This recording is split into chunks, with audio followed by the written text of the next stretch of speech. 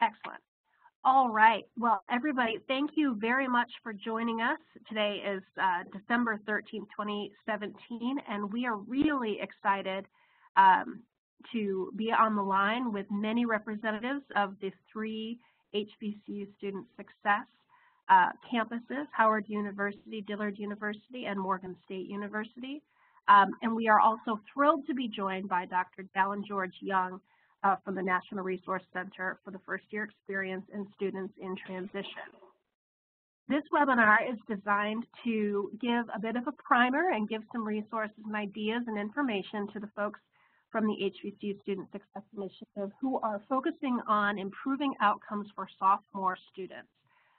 In this webinar, he's going to focus on some overview data as well as some of the really incredible resources that he has developed in his work at the National Resource Center. We did design this webinar with your needs, campuses, in mind, and so I will encourage you to be as proactive as possible about asking questions. It's very likely that we'll be able to engage Dr. Young going forward, but use this opportunity to get as many questions as you have answered. And to do that, what I'd like for you to do is to use the chat function on this webinar. There are enough folks on the line that I think it'd be really difficult to have a back and forth kind of conversation verbally.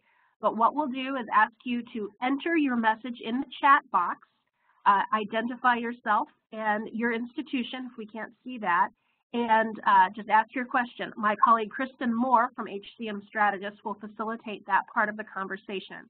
And so with that, I'm going to turn it over to Dr. Young, who is going to walk us through his overview of the sophomore year. Are you ready to go? I hope so. I hope so too. Thanks so much. Thank you.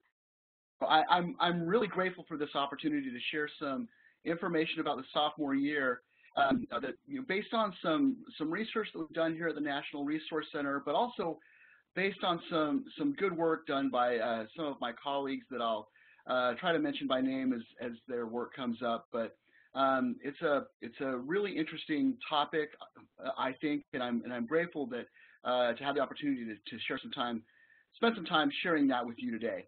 The first thing I want to do is to kind of, like Haley said, kind of situate our heads around this topic and to give a little bit of a primer about what do we know about sophomores and what do we know about creating programs to support these sophomore students. And if I go over some of these things very quickly, it's because there's just so much information to share. And if you'd like me to spend some time talking in more depth about some of these topics, I'm happy to do so. If I go very quickly over something that you think is really interesting or would be really applicable at your institution or in your specific program, we can spend some time doing that.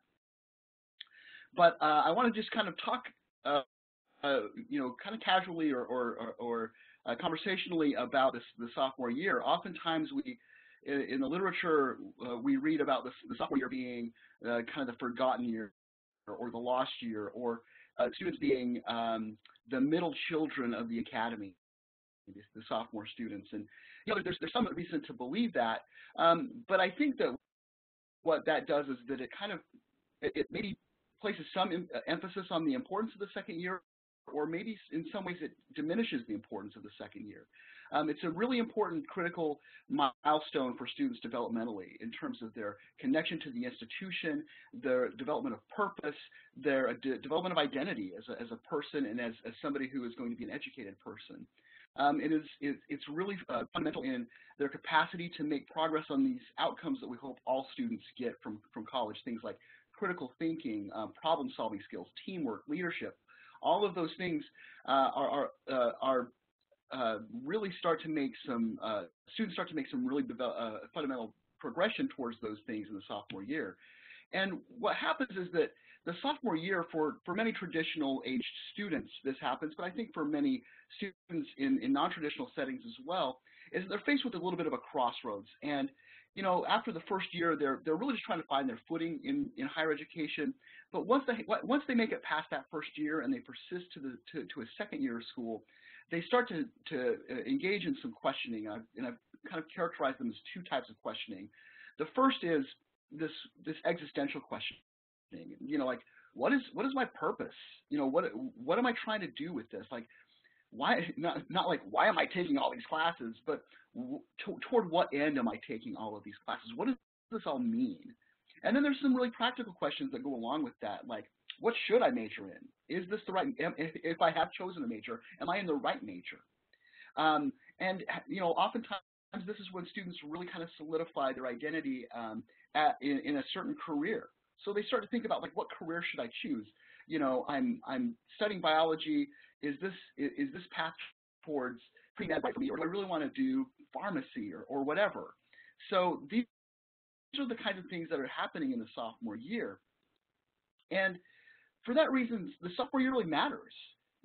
Things like helping students become more engaged on campus, helping them figure out what their sense of direction is, helping them feel like they actually belong on campus, and getting them to have strong interactions with their peer group or strong interactions with their faculty.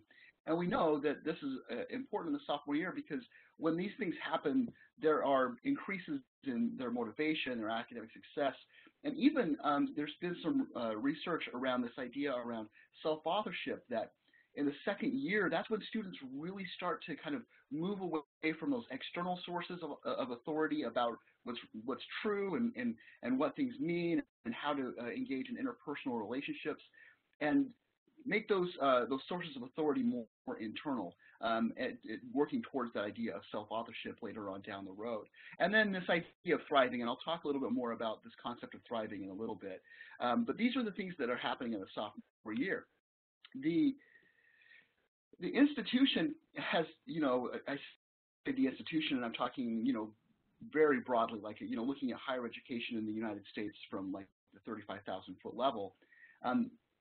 What higher education has kind of done to respond to student success needs is in the first year, there's all of these things that we do to help bring students into our campus and ease that transition in, things like orientation, for your seminars, and all of those first-year programs that are really important. And then we're concerned about what happens with the students when they're leaving. So we have all of these things on the back end, the senior year, like we have capstone experiences, we do career fairs, we help students get professional licensing and get into those graduate schools. Help them make meaning for what happens after. There's a lot of reasons why that happens. Sometimes, oftentimes, metrics for quality are tied to these things. And then even in the junior year, we're ramping people up for that transition out. So we have things like study abroad opportunities or internships, or many peer leader opportunities are really geared towards students in their junior year. And there might even be structures in place that won't even allow a student to engage in something like being a resident assistant or an orientation leader until that junior year. But as you can see, this is all based on some studies based on when are these things offered and what's offered. But I think what happens is that the sophomore year, after all of the support in the first year, feels a little bit like Wile E. Coyote running off the cliff. And I'm worried that sometimes our best response is literally just get your head down and power right through it. Keep calm and survive the sophomore year. But I think we can do better than that, and I think there's some schools out there that have shown that they can do better than that. And I'll share some data about what we found through a survey about sophomore year initiatives this year. This is based on this national survey of sophomore year initiatives that we conducted in 2014. We asked schools to tell us what is the most important objectives for the sophomore year, and predominantly their institutions are saying, and what we really care about in the sophomore year is to improve retention. And that's important because after the first year, the sophomore year is the year when students are most likely to leave the institution and not come back. But I also think that we can do better than just saying, well, we want to keep them around. Because keeping people around is pretty easy, but making sure that it's a meaningful experience that keeps them around is a little more complicated, and it's kind of what I think we're really in the business of. but you can also see that some of the things that schools are doing is in response to some of these things that I talked about with what's happening in the second year. Things like career exploration and preparation, selection of a major, helping students kind of figure out what their pathway is and what their purpose is in higher education. According to this survey that we asked, about just under half of institutions say that they have at least one initiative specifically geared towards sophomores. So this is not necessarily, I think it's a widespread thing, but it's not as ubiquitous as certain transition programs like first-year seminars or even senior capstone experiences. It's really interesting to think about how old these things are on campuses. About half of them are only 5 years old or less. This number is increasing, the age of them, but there's also a significant number of schools that have been doing sophomore programs for more than 20 years. Like literally a fifth of institutions said that they had some sort of an initiative aimed at sophomore students for more than 20 years, which is fantastic. But what we've learned is that when the newer the sophomore year initiative is, the more decentralized it is. Despite the fact that there's some that are 20 years old, they might be somewhat centralized or decentralized or coordinated on campus. But there is a strong relationship between whether a sophomore year initiative is new or old, and whether or not they're working with other people across campus to carry out some sort of meaningful sophomore year. And there's also some evidence that lets us know that what is likely happening on most campuses is that sophomore year programs are popping up in pockets. They're starting in the Career Center, they're starting in housing, and then at a lunch or in conversation, I'm from housing, you're from the Career Center. I walk up to you and say, "Oh, hey, what are you working on?" They're like, "Oh, I'm doing the sophomore year stuff," and I say, "Oh, I'm doing sophomore year stuff too. Let's work together on this." And so that's kind of, I think, what's going on. Typically, when sophomore year programs are developed, they're more kind of grassroots efforts that come together and become more coordinated as time goes on. In terms of the most common sophomore year initiatives, we asked institutions to tell us, what programs do you have on your campus that are intentionally focused on the second year or the sophomore year students. And this is what they told us, primarily it's academic advising, and then some sort of career initiative. Actually, if you take the institutions that do career exploration and career planning, that actually is slightly larger than academic advising, but so, those are the two most most common sophomore year initiatives. But when we asked institutions to tell us which of these initiatives reach the greatest number of students, it's academic advising kind of by a landslide. That is across, at least half of the campuses, that is the sophomore year program that is reaching the most students. And again, if you think about what those objectives were in terms of career preparation and career planning and helping students find purpose in their academic lives, it kind of makes sense that academic advising would be a place where sophomore year issues would come up. But I want to spend a little bit of time talking about how sophomore programs are connected to objectives.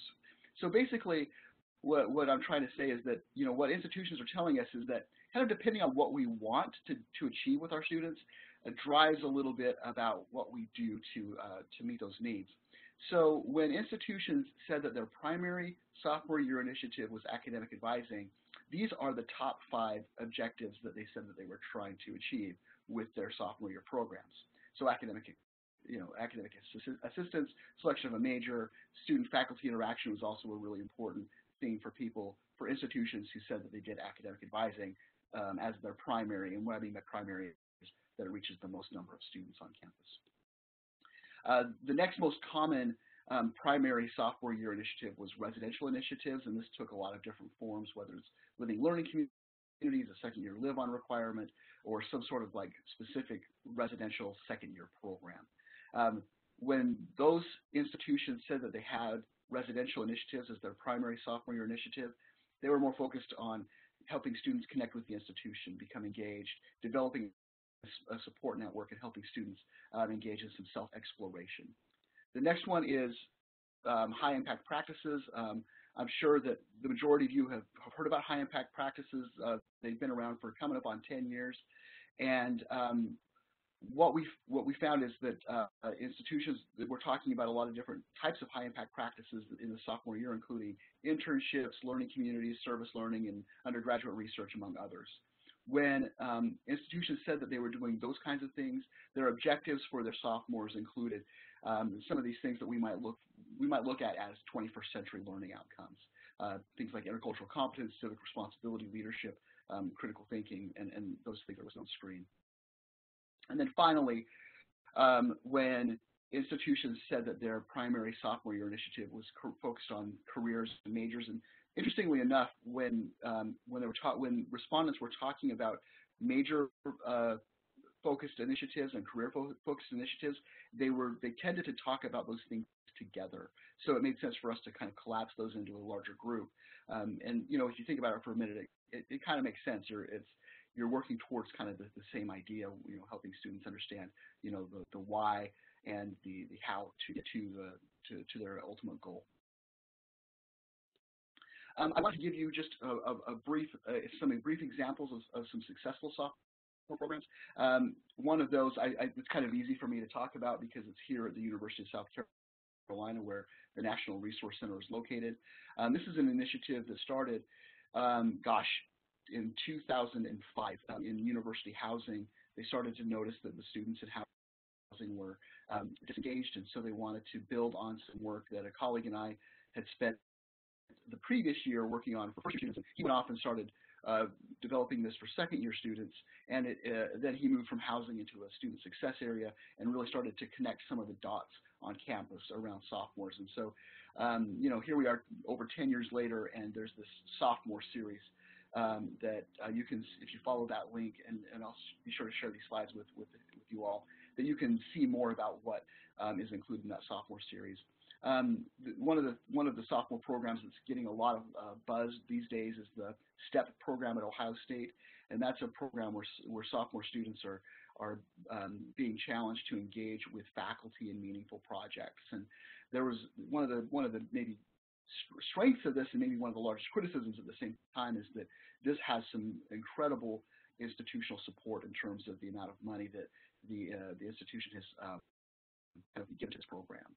So, we can share more about all of these. I wanted to bring up Norfolk State and something that I found out about Benedict College, another local school that's just down the street here, that they have some sophomore year initiatives that are focused on helping STEM students. At Norfolk State, they do a whole program. They do this graduation academy, and there's a summer bridge program, and there's a sophomore and junior year transition week, and then a junior senior year transition program. And they've received some funding from the National Science Foundation to do that. And this HBCU up from the NSF, Benedict used theirs as kind of a sophomore program to supplement tuition of STEM students to help improve their momentum into the second year. And if I can share more of what I know about these, but or at least point you in the direction so that you can learn more about these programs that are happening. So I want to take the next little bit. I said I was only going to talk for 20 minutes, and I've got a lot more slides. So maybe the next 5 or 6 minutes we'll run through this pretty quickly about what do we know about sophomore students and what do we know about what they need to be successful. At the onset, I talked about this idea that a lot of the conversation around the sophomores is kind of from a deficit point of view, or from a very negative, like they're slumping, or they're forgotten, or they're the middle children, or whatever. And when we ask, and when I say we, this is some research that a colleague, Lori Schreiner, has done through and her team through this sophomore experiences survey.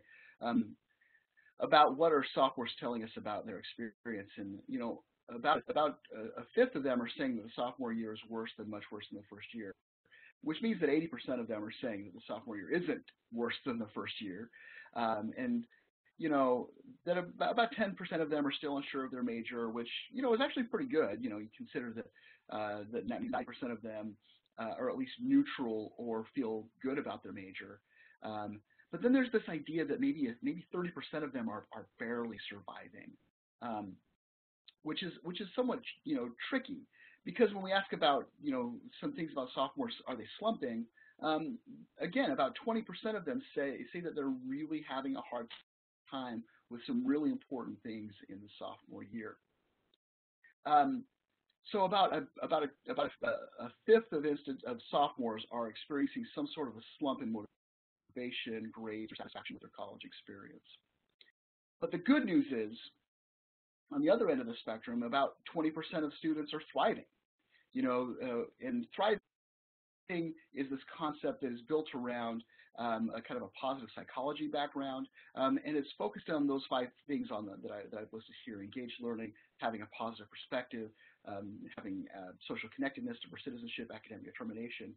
And what Lori Schreiner and her team have found is that thriving is a very strong predictor of student success, measured by student persistence and by grades. So the good news is that this idea of how do you thrive in college is malleable. You can actually do some things that will make it better for students.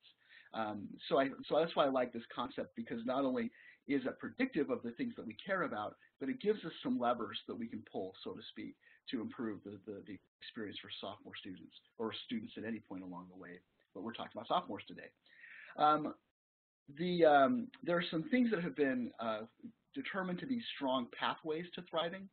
I'm going to share some, it makes sense, we're talking about HBCUs, to talk about pathways to thriving for African American students. One of the strongest predictor of thriving is this overall sense of community that a student can perceive. We talked a lot about sense of belonging and getting in where you fit in, so to speak. This is really important for all students, and including African American students. Spirituality was actually the second most important, or the second strongest predictor of thriving. Now, this one, again, is important for all students, but it's particularly important for African American students. The predictive weight of spirituality in terms of thriving is almost double what it is. Double for African American students what it is for white students. So it's a really strong way for students to feel like they're doing well in school, to kind of feel connected to their religion, to feel connected to a higher power. So that's spirituality kind of described broadly. Faculty interaction is also very important for these students, as well as is institutional integrity, that we're delivering on the promises that we've made to our students. I'll kind of gloss over this stuff. This is just thinking about how sophomore year initiatives can kind of deliver on some of these institutional promises. And the long and the short of it is that these high impact practices are great ways to deliver on some of these things that we might be trying to deliver in the sophomore year. But when I was talking with Haley about this, there were some questions that around assessment and decision-making support that we thought would be important, that she brought kind of forward from your group. So I wanted to spend just a quick minute talking about assessment and using data for decision support. One of the things that consistently comes up with the sophomore is, like, how do you define sophomore? Do you define it in terms of the number of credit hours, or do you define it in terms of their time on campus, or is there some other way that you want to define sophomores? My answer almost always is kind of, it depends on what what matters on your campus. So what information do you already have on your campus group, and how is it defined there? If you've got good reports that show that sophomores have certain needs, and that assessment project has used some operational benefit for sophomore, my advice is to plug into that, because it's already got the political buy-in and capital, and then you can become more inclusive in terms of like the reach of the program you develop around that. But I think that working collaboratively and working with folks in IR, institutional research, is really important in terms of like what definitions have already been used in terms of sophomores for assessment purposes. But in terms of delivering programs, you can have a looser or larger audience, and because if somebody wants to take advantage of a student success program, my thought is why not let them have a better chance for success? One thing that I would suggest doing that is kind of implicit in what I just said is to do a data audit, is to just look around for places where you might already have data about sophomores. You may have already participated in some national survey that that gathered data on sophomores, or your institutional research office may say, oh, you know what, we did a report for the College of Arts and Sciences, and they wanted to know about sophomores, and so we've already got this report. So to gather all of those things together will also help you figure out how sophomores have been defined on campus, but it also will let you know what you already know about sophomores. And this is maybe getting on a soapbox and getting a little preachy, but I really strongly believe in this. And this is based on some work by Charlie Blake and Kathy Wise out of Wabash. They did a research on assessment, and they strongly recommend when doing assessment on anything is to really just choose one or two outcomes and spend 3 or 4 years focusing only on one or two outcomes. Now, that might be heresy. Some people might think that's absolutely crazy. But what they have found is that if there's ever going to be meaningful change that comes from assessment, and not just like we're doing assessment and we're putting some stuff in some binders and that sits behind somebody's desk and nobody else ever looks at it, but assessment that leads to meaningful and lasting change, when it comes from when institutions have taken this approach. So I'll take a step off my soapbox for that, but I think that's something to be really thoughtful about in terms of doing assessment. Using national data for decision support. Here at the National Resource Center, we have conducted this national survey of sophomore year initiatives.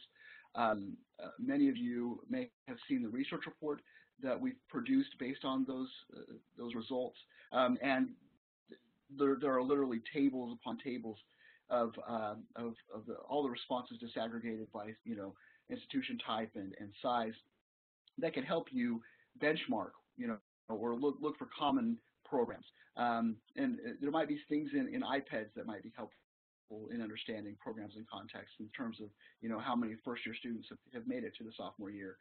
And so that institution level national data is really helpful and important in understanding programs and contexts in which things have operated. But there's also national sources of student data, things like the National Student Clearinghouse, the Sophomore Experiences Survey that I made reference to earlier. And when you have student level data, it's helpful in understanding student outcomes. And I think that's what most people are kind of looking for these days is connecting institutional efforts to those student level outcomes. So pursuant to that, I wanted to share with you some instruments that could possibly be used for sophomores. If you can't tell, I'm a big fan of this Sophomore Experiences Survey, and one of the reasons is that it is free. You can't beat that. So if you reach out to the folks at Thriving in College, Lori and her team will be happy to set you up to administer that survey on your campus. I know that she's interested in getting more information about HBCUs because she just hasn't had very many HBCUs participate in the SES. So I think that there would be some real benefit for any of the 3 schools to participate in one of those in that survey. Noel Levitz has 2 surveys that can be used for sophomores. One is literally named a second-year student assessment, and then one is the student satisfaction inventory that is kind of developed not necessarily with the second year in mind, but is frequently delivered in the second year. And then if you're familiar with HARI, the Higher Education Research Institute at UCLA, they do the freshman survey, they do a college senior survey, but they also do this diverse learning environment survey that could be really useful in the second year in terms of understanding what the campus climate looks like and understanding whether or not students feel like they have that sense of belonging or that sense of community. So, that's one way to tap into that. One thing I will say about this, and I don't say this to disparage NESI at all, because they do really good work and it's a great survey. But one of the things is that the NESI does not target sophomores. It's a first year and a senior year survey. So, it seems I think a lot of people default to NESI as a student level survey because of its widespread adoption and some of the predictive power of it. But if you're talking about sophomores, the NESI is going to come up short for you.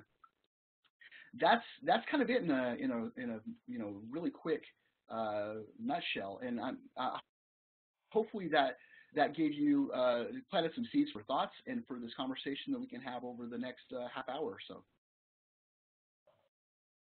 Well, Dr. Young, that was definitely great. We enjoyed that overview and that background. And as Haley said, we're really looking to the institutions to kind of guide these conversations as they are getting ready to implement these programs on their campuses. So as Haley suggested, if there are any specific questions that you all have, please feel free to chat them to me.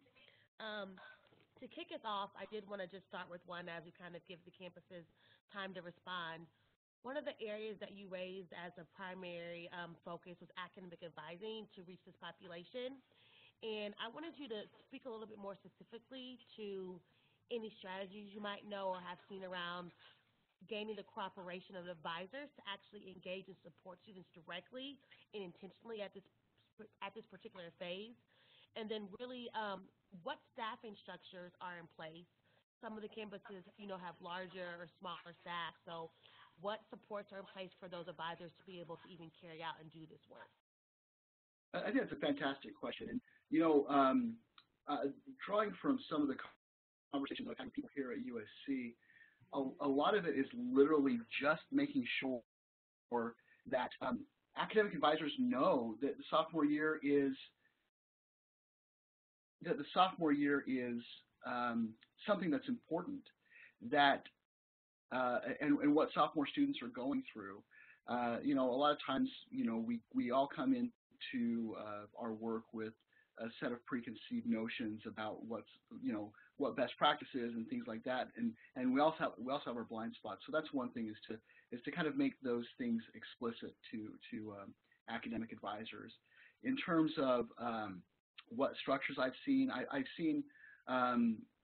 things where there structures where there are specific second-year advisors, but I think that happens in those those more heavily resourced areas that you were referring to, where there's maybe a smaller caseload between sophomores and their advisors, or maybe might even require a centralized approach to academic advising.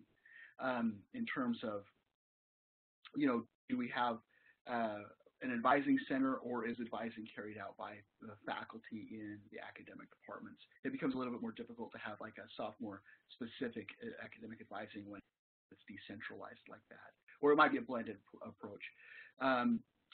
So I think that that's kind of the first place that I'm thinking of in terms of like what models I've seen in terms of how do you support academic advising.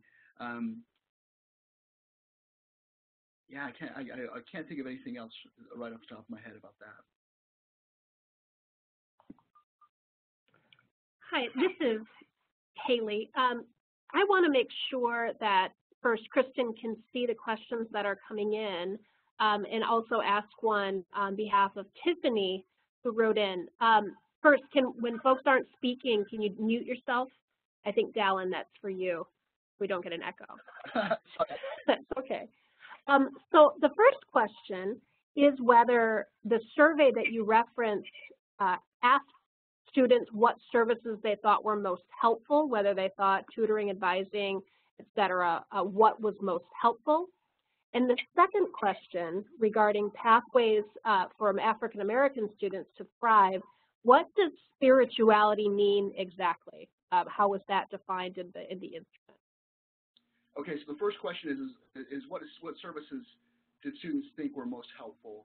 I think what we found is that I don't know if we asked necessarily which were most helpful, and I'll answer that question maybe in a little bit different way, getting at it. I don't think the sophomore experiences survey asked that, but I know that the results found that participation in things like academic advising, sophomore year programs, interaction with faculty were all strong predictors of student success. One thing that I thought was really interesting was maybe answering this question in a little bit roundabout sort of a way, was we asked some institutions to tell us if they had sophomore year programs that they don't have anymore, that they got rid of. And if they said that they did, we asked them why not. And one thing that kept coming up was that institutions said, you know, we tried doing this sophomore year programming stuff, and students were just telling us that they weren't interested in it, and that what students were saying is that they felt like they were given the first year all over again. And they're like, we're not, you know, and again, you know, this kind of paraphrasing what people are telling us, is that, you know, we're not first year students anymore. Stop treating us like we're first year students. So I think that's one of the things that is important to think about this second year, is that students, when they make it back to the second year, they feel like they've made it.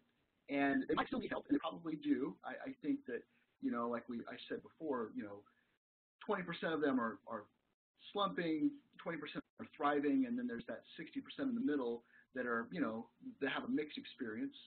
How do you engage them in meaningful ways that will help, you know, achieve all of these things that we want to achieve with a sophomore student, to help keep them around, help them feel engaged, and help them feel like they're learning something. The second question was about pathways to thriving. For what does spirituality exactly mean? And there's three questions that one of them, and mostly what it is focusing on is to what extent do students rely on, or to what extent is it important to them that they feel connected to a higher source of power, whether that's a religion, whether that's some sort of belief in something that's bigger than themselves. So the more strongly students agreed with those statements, the higher their thriving quotient was. Excellent. Thank you for that, Dallin. Our next question is from Coretta Cook. She says, it's an imperative that students, especially at the sophomore year, have connections to the career expectations in their majors. Often the disconnect is so great for some of our students that we worry about retaining them. What programs currently exist that enable career and academic pathways to effectively collaborate in order to increase student success? So what programs exist to help like cross-campus collaboration? Is that what that's about? Well, I think it would be more like, how do you, and Coretta, write me a note if I'm getting this wrong, that would enable the career side, the career preparation side, and the academic pathways side to get together to make sure that students are progressing down their academic pathways while also getting the career experiences and preparation and planning that they need, ultimately leading to improved student success. Yeah, I think that's maybe the $64,000 question, because I'm thinking about this, maybe drawing from my first year experience, thinking about how do you develop like a cross-functional team, or how do you get those people around the table to understand, A, what problems in common do you have, and B, what solutions in common can you come up with, or do you have? And, you know, also just to like be able to speak the same language. So, you know, because oftentimes we talk about student success in very different ways, even though we might be talking about the same thing. We might find ourselves in disagreement over a word rather than really what we're trying to achieve with students. One thing that I think that, again, I mentioned the University of South Carolina, and, you know, primarily because this is where my experience is, I've seen some real success around a sophomore year initiatives working group.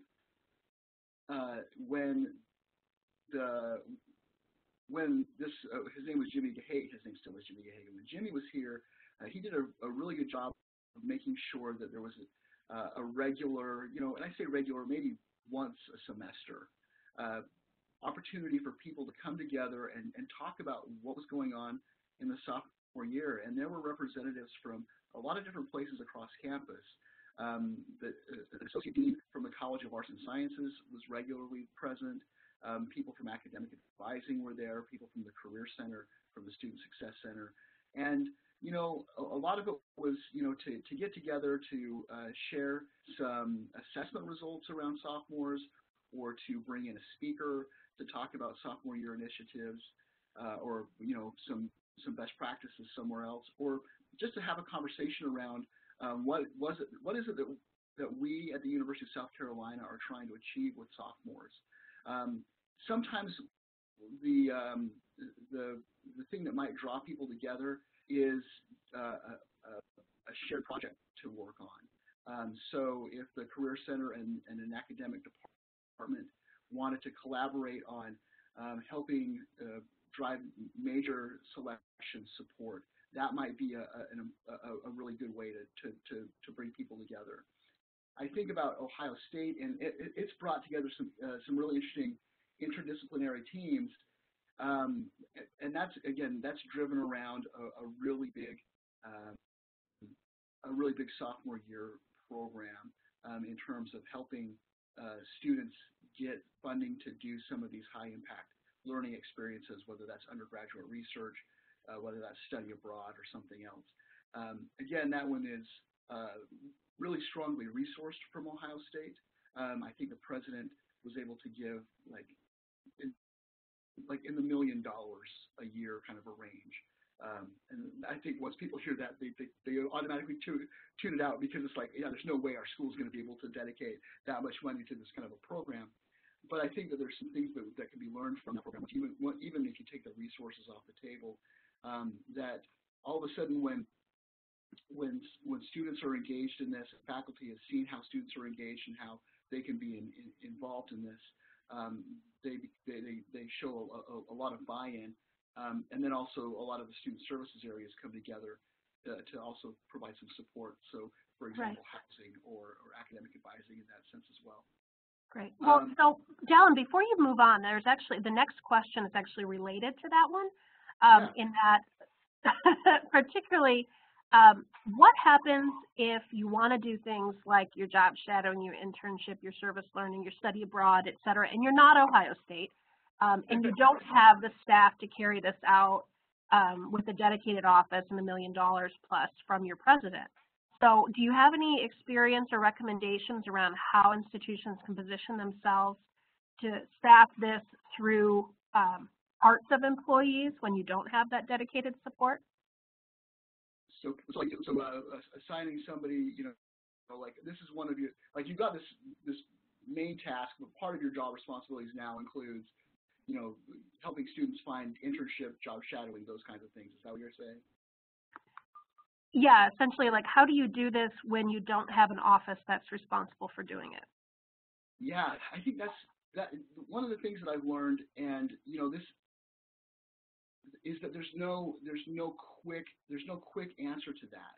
That when that schools who have found success in doing this have really had to put a lot of background work into it. It's not something that when it's been a groundswell like this, we're talking like a 5 or 10 year kind of time horizon in terms of developing the momentum to where you might feel like, yeah, we're really having some success. And so, it might be a small piece of some people's work in different pockets that you can, start to find some small successes, and then those will eventually lead to big successes. So in some ways, it might be, thinking strategically and thinking long term that, okay, in year one, we're going to focus on this small segment of students, and you might think about defining that small segment of students in terms of which students are the greatest risk,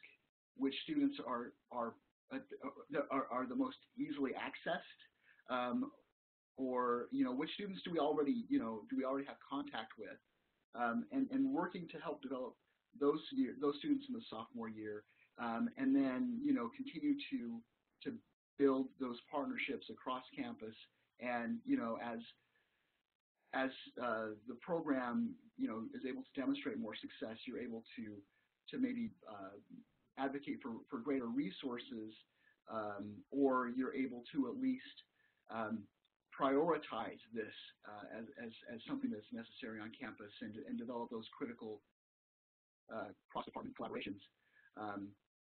Because I think that a lot of the things that happened here at USC, as an example, it wasn't somebody's full-time job to focus on sophomore students or to help them be successful. It was like, well, okay, my primary responsibility is this. I'm going to carve out a chunk of my time to do this. And then as those teams work together, they started to find, ways that they could collaborate and build programs out that way.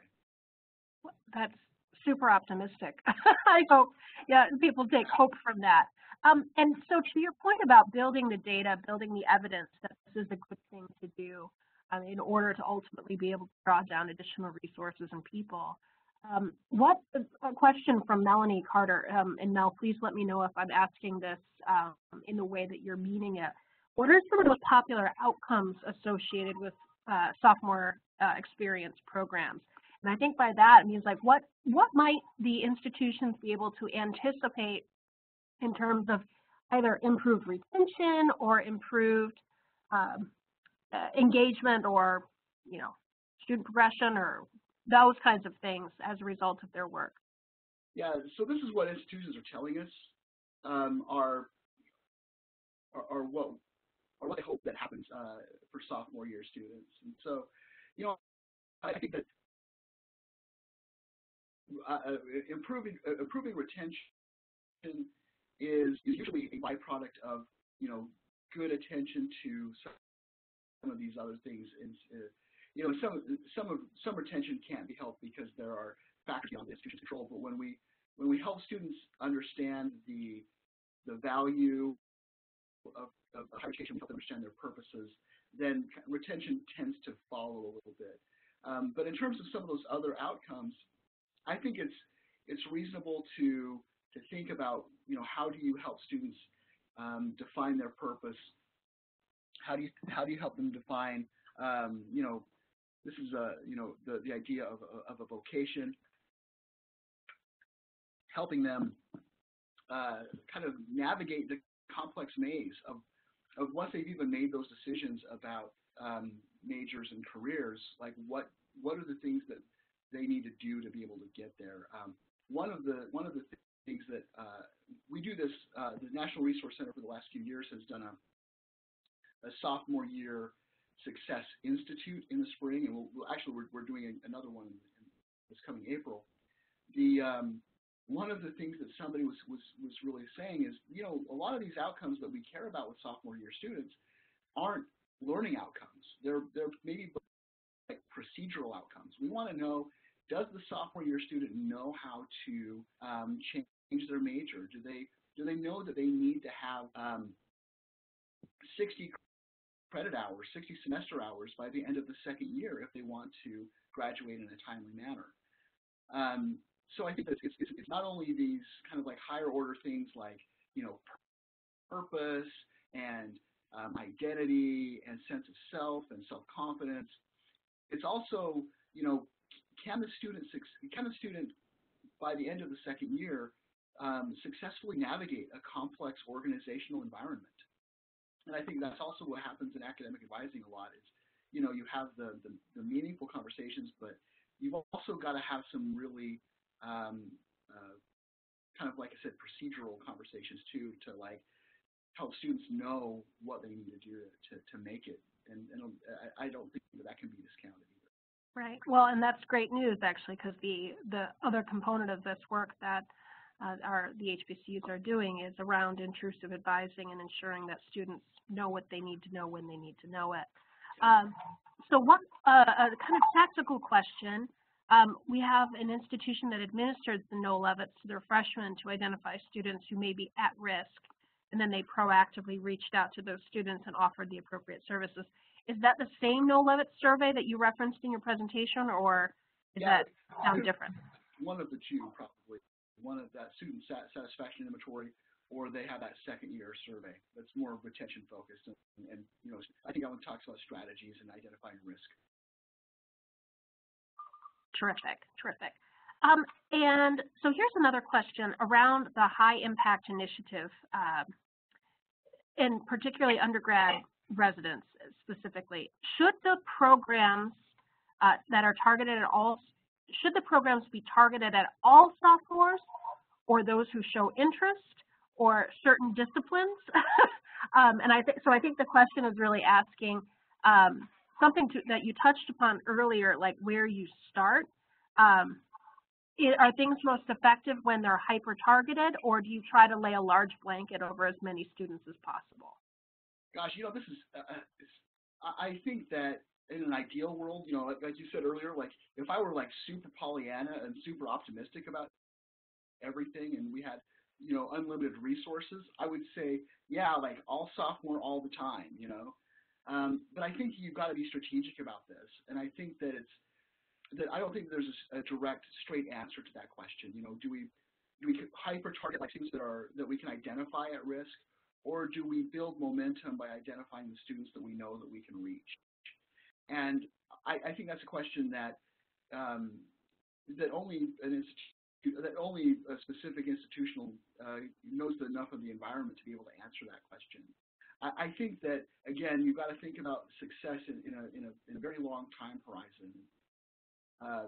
That you can use this as a tool for success in short run with smaller groups of students more easily than you can have success with all students in a short time horizon, if that makes sense. Because nobody has $1 million a year like Ohio State, right?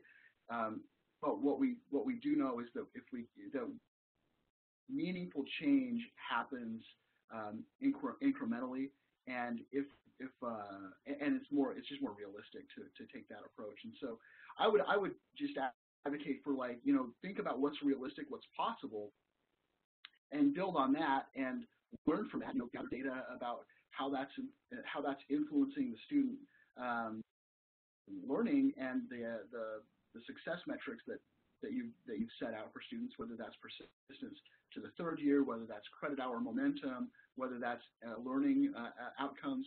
And if you can demonstrate that those things are successful and you can learn what wasn't successful about that, then you can ramp that program up, and you can also influence priorities that way. I think that's realistic. If all of a sudden if you can move the needle on that second to third year retention, you can even if it's in a smaller group, I think that you'll be pretty successful in convincing people to shift resources in that direction. Awesome. That's a great answer. So here's another question about math, and the person says have your surveys or your experiences revealed any connection between success in mathematics courses and retention through the second year and potentially into the third? Have you studied that at all? I don't know the answer to that question. I don't think there's been well, if that study's been done, I don't know about it. But that doesn't mean it hasn't been done. I don't know. Sure thing. And then I think what is going to be our last question, unless anyone wants to send in a short one right now, this is a question about liability. And maybe you know something about this, maybe you don't. This group is in the process of launching their second year experience program, and that's going to consist of students participating in internships, research, study abroad, service learning, all of those things that take them off campus and into other environments. And so the question is about liability. Have you any experience in how this is typically handled? No, I don't, but I can see where that would be a real concern. Yeah, but I don't. Sure thing. So that's an item for perhaps a future conversation that we can discuss as a part of the group. So I'm going to wrap up here, and I'm going to mute you down for just a moment. I'm going to wrap up here and just see if there are any more questions. But one of the things that we can explore following this webinar for folks who are on the phone, and particularly the three leaders of this effort at the three institutions, is what additional information you really want to draw down, what kind of support that you'd like to see coming through our work together, and whether there are any additional areas and questions that we can help you answer. So seeing no additional questions, I'm going to take a minute and ask Dylan to maybe provide some closing words, but I want to thank him profusely for his willingness to jump on this webinar in relatively short order and for the thoroughness and really solid information that he gave us all. As I mentioned, we are recording this webinar, so I will send out a recording to everybody who's on the phone. as well as a copy of the PDF of Dallon's presentation. So hold on one sec. Dallon, can I ask you to say a couple last words, maybe give a little bit of a inspiration to the folks on the phone who are embarking on these programs? Yeah, the first thing I will say is that the fact that you're paying attention to the sophomore year tells me that you're at the vanguard of thought around helping student success. It's a growing area. It's certainly a really important area. I think that if you think about the success of the first year movement in improving the educational outcomes for a large number of students, paying attention to the second year is kind of like the next step, the next natural step, and it will set students up for success in the third and the fourth year as well. So I think it's to be commended that you're all here and thinking about this, and that you're paying attention to this. I think that there's also some really interesting and opportunities around the sophomore year to fundamentally change the way that people think about student success in college. That it's not just, we get them in and then we kind of like forget about them until we are ready to send them out the door, and then we all of a sudden we've got these capstone experiences and we've got all this focus around job preparation or job just employment rates, but that when you help students connect to the institution, see themselves as learners, there are some really important outcomes that reach just, far beyond retention and graduation, but engaged citizens, and I think that's kind of what our country desperately needs right now. Right. Well, and that is definitely the business of the three institutions on the line here. So I want to thank everybody for your time and energy. If there are any questions that are coming in last minute, please don't hesitate to reach out to me directly or Kristen Moore. This is Haley Glover. I think most of you have my email address on the appointment, so please don't hesitate to follow up. We appreciate you, Dallon, and thank you, and happy holidays, everyone. Take care, and we'll talk to you soon. Bye-bye, everybody.